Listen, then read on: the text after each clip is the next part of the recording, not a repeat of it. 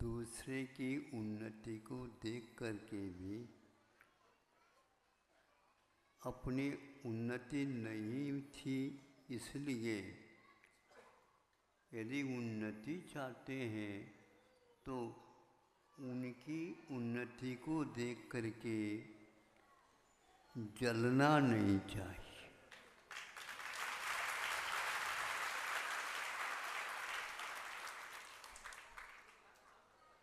किंतु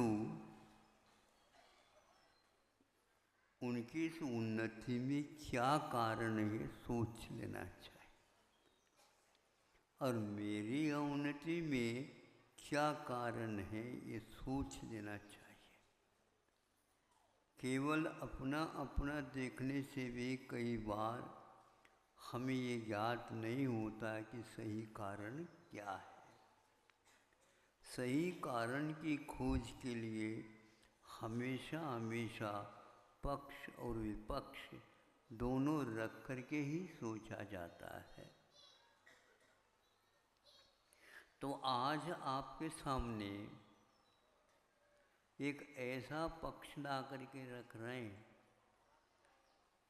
आपके पंख थोड़े से अच्छे उड़ने लायक हो जाए।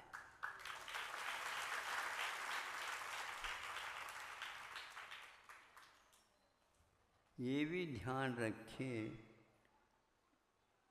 एक आँख से हम देख सकते हैं, एक पैर से भी हम चल सकते हैं, किंतु एक पंख से पक्षी उड़ नहीं सकता।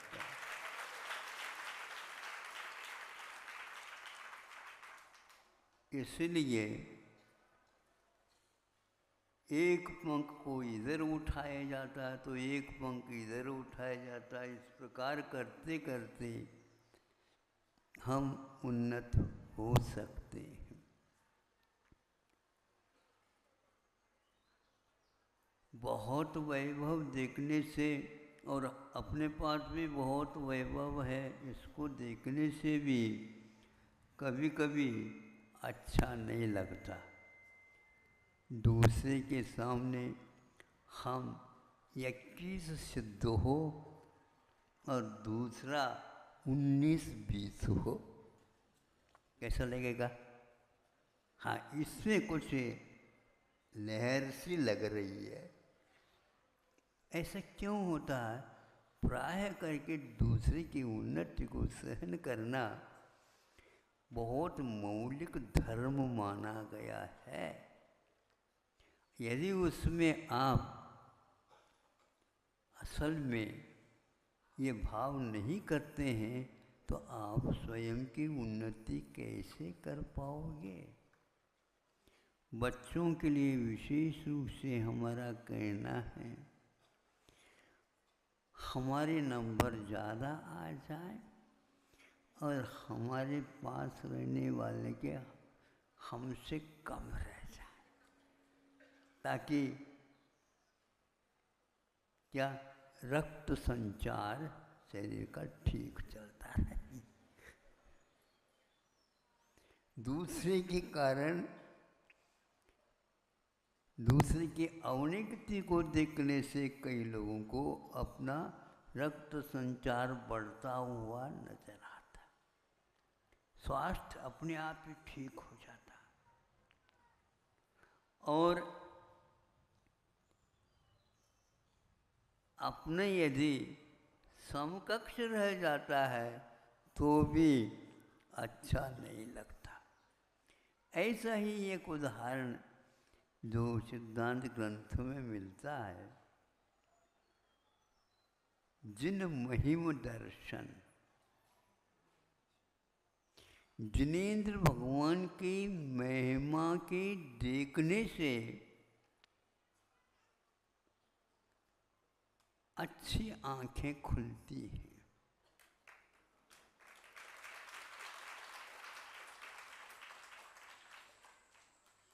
बहुत दिन की शंका, बहुत दिन का संदेह, बहुत दिन की धारणा अपने आप ही शांत हो जाती कि मैं गलत था।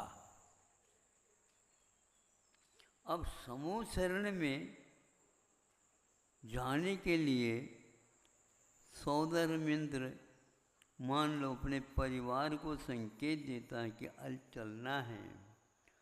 सभी परिवार के लोग तैयार हो जाते हैं, किंतु परिवार के कुछ ऐसे भी लोग होते हैं परिवार में रहते हुए भी सौदर्मिंद्र की आज्ञा मानने के लिए आनाकानी करते हैं। लेकिन करना तो पड़ेगा, स्वीकार करना तो पड़ेगा। तो वह भी व्यक्ति सौदर्मिंद्र के साथ हो लेता है, होना पड़ता है। मन कहता है चलो अब क्या करें, बड़ों के साथ रहते हैं तो छोटों की हालत बहुत गड़बड़ हो जाती।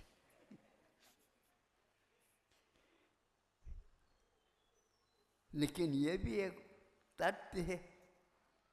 चला और जाकर के सौदर्मिंद्र सर्वप्रथम सभी देवों को चमत्कृत कर दिया और भगवान के सामने सारे जो स्वर्गीय वैभव को बिखेर दिया और स्वयं तांडव नृत्य करने लगा। जिन देवों के गर्दन हिल नहीं रहे थे वो भी, बच्चे तो है ना, जब पढ़ते हैं उनको ऐसे करने के लिए कहा जाता है। यूं यूं भी करते हैं कहीं कहीं पर, क्योंकि उससे पढ़ने में अथवा मुखाग्र करने में लय आता है। उस लय के कारण भीतर बहुत अच्छा लगता है। सभी लोग देव और सौधर्मिंद्र लीन हो गया नृत्य में और उस नृत्य के लिए सारे के सारे तालियां बजा रहे हैं। देव लोग प्राय करके ताली नहीं बजाते, लेकिन यह तो बजाने का ही अवसर है, नहीं वो छूट ही नहीं सकता।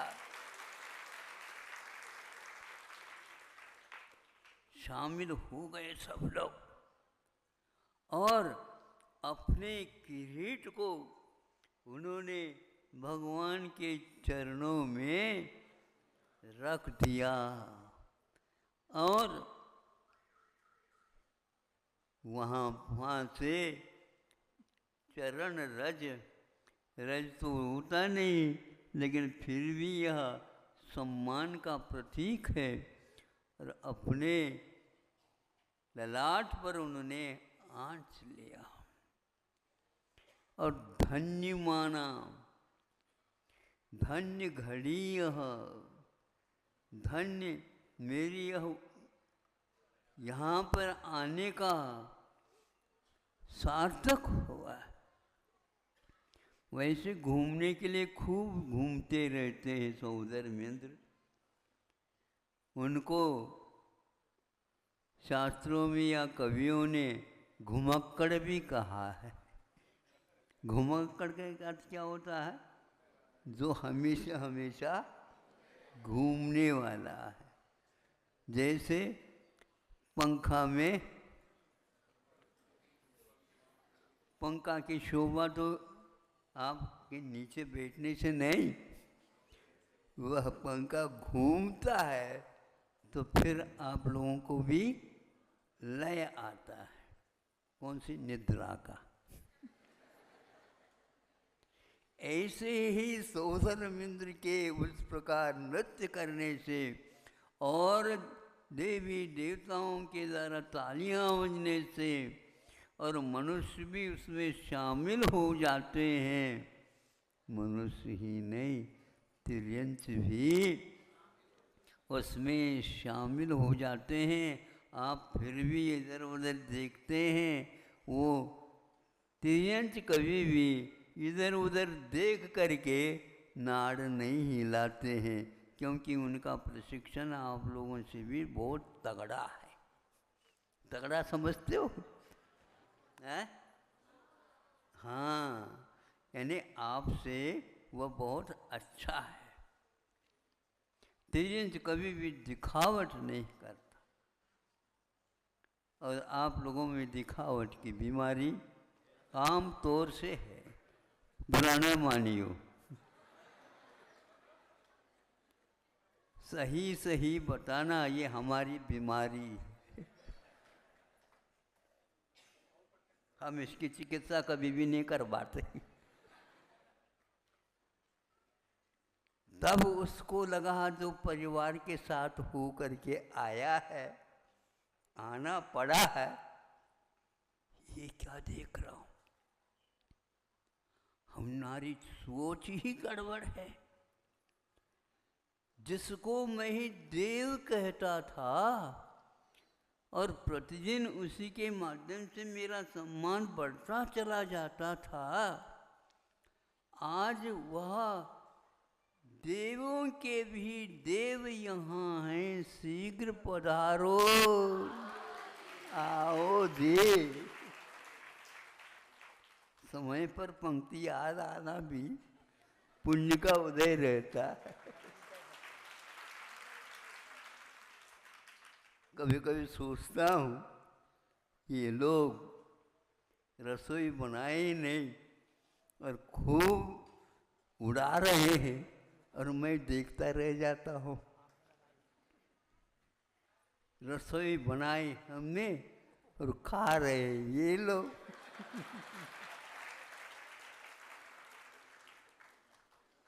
कोई बात नहीं, ये उन सब लोगों को स्वाद यदि आ जाता है, इसी का नाम तो स्वादवाद है।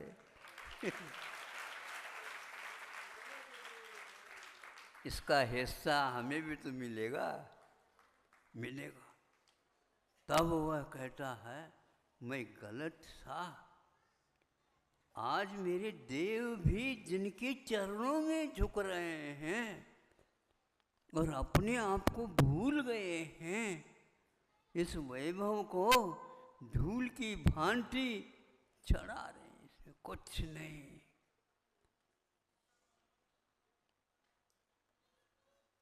आप गिन करके चढ़ाते हैं, नहीं समझे? जैसे किसान रोपा गिन करके लगाता है, बीज बोता है, ताकि वहाँ फसल अच्छी आ जाए। किंतु सौदर्मिंद्र, ये सब धूल है, धूल।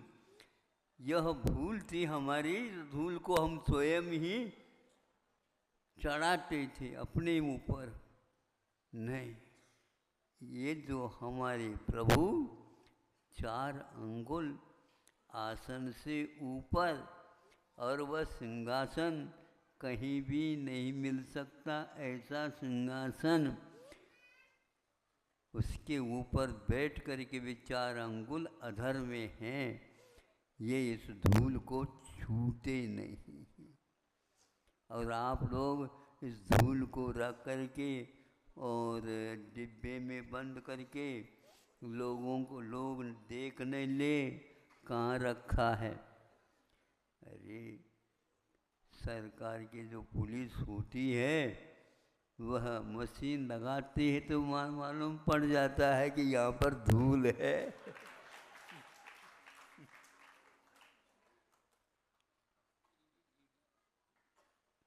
तब जाकर के प्रभु के चरणों में वह नमोस्तु करता है। जो सौदर्मिंद्र के साथ आना पड़ा था, बहुत अच्छा हुआ। यदि नहीं आता तो मेरा यह जीवन बेकार ही चला जाता है। अब आप ही लोग देख लो, जिनेंद्र भगवान की महिमा का दर्शन क्या होता है। अभी यहाँ पर केवल एक लिपि के रूप में है,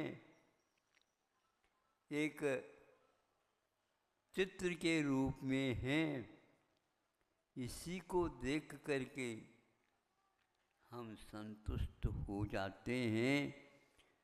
साक्षात यदि मिलेगा जिन महिम दर्शन, तो उसकी तो महिमा हम कह नहीं सकते। सोदर इंद्र भी लट्टू हो गया है।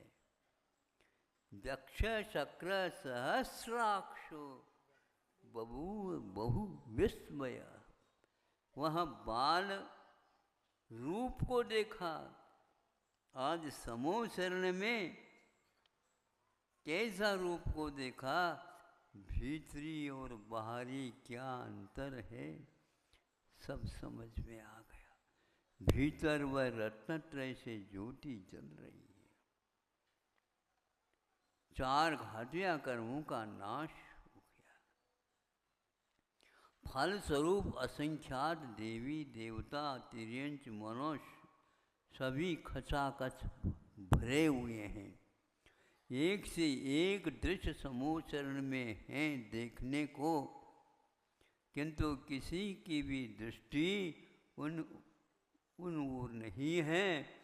केवल सिंहासन के ऊपर बैठे समूह शरणस्थ प्रभु की ओर दृष्टि है। और प्रभु की दृष्टि आप लोगों की ओर नहीं, किंतु नासा दृष्टि है। ऐसा क्यों? नासा दृष्टि क्या है? न आशा इति नासा। नासा जिस आशा से रहित जिसकी नासा हो गई है, ऐसे नासा दृष्टि वाले प्रभु आपकी ओर नहीं देख रहे हैं। आपको देखने से मिलने वाला क्या है? यूं पल्ला भिजा करके भगवान झोली भर दो, खचाखच भर जाए। भूल गया मैं भगवान, मुझे क्या मालूम आपकी ऐसी महिमा है। नहीं तो मैं क्या बोलो बड़ी झूली लिया था। भूल हो गई, मुझे क्या मालूम ऐसी महिमा आपकी है। यहाँ पर आकर के सौदर मिंद्र भी अपना पल्ला बिछा रहा। एक तरफ राग, एक तरफ वीत राग, एक तरफ जड़, एक तरफ चेतन है। चेतन की महिमा जिसे याद हो जाता है, वो प्रभु के चरणों को छोड़ करके अन्यत्र जाना नहीं चाहता।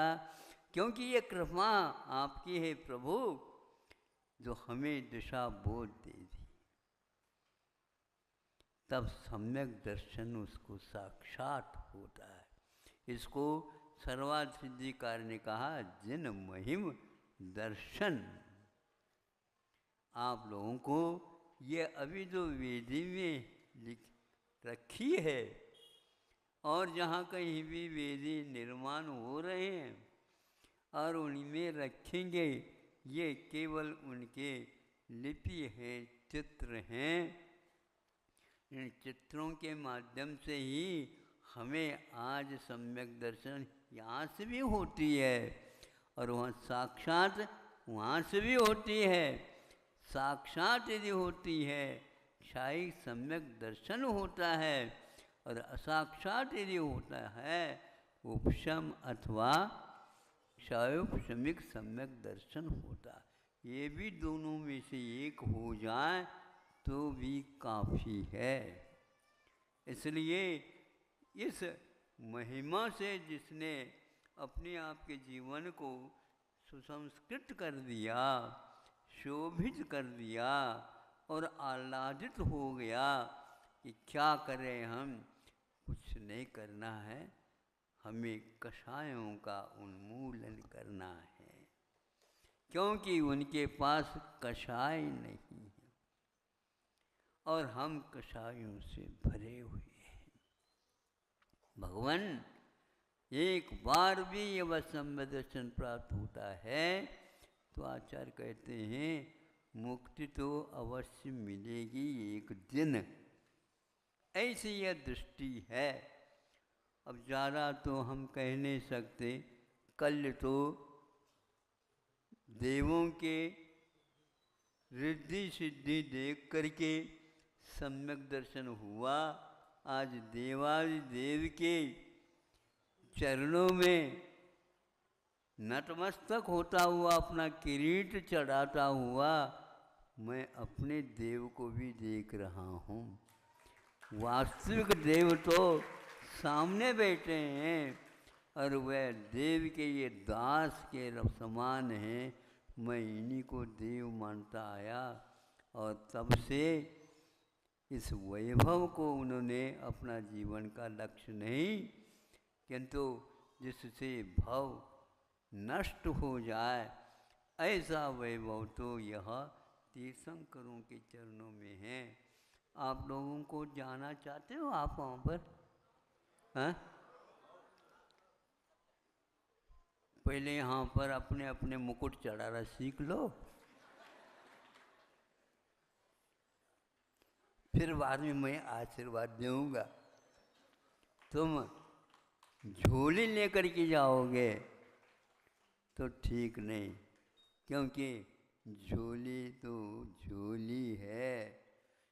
आप उसमें कुछ न कुछ समय के बाद उसमें से छेद पड़ जाएगा तो सारा का सारा आपका नीचे चला जाएगा। ऐसे आप झोली नहीं, किंतु जो स्वरूप है तद्गुण लब्धये सदा वंदे। हे भगवान, आपके गुणों के समान ही हमारे गुण भी प्रकट हो जाए। हम चाहते नहीं आपसे, बस जैसे आप में प्रकट हो गए हैं वैसे ही हमारे भीतर भी प्रकट हो जाए और कुछ भी दर्शन का उद्देश्य नहीं होता है। इस प्रकार जिनेंद्र भगवान की महिमा देख करके कई लोगों को सम्यक दर्शन हो जाता है, कुछ करने की आवश्यकता नहीं पड़ती है। ऐसा यह दर्शन हम लोगों के लिए हमेशा हमेशा उपलब्ध हो, बना रहे और एक दिन हम रत्नत्रय को पूर्ण प्राप्त करके उन्हीं जैसे महावीर भगवान जैसे 24 भगवान जैसे हमारा भी स्वरूप प्रकट हो जाए। अहिंसा परमो धर्म की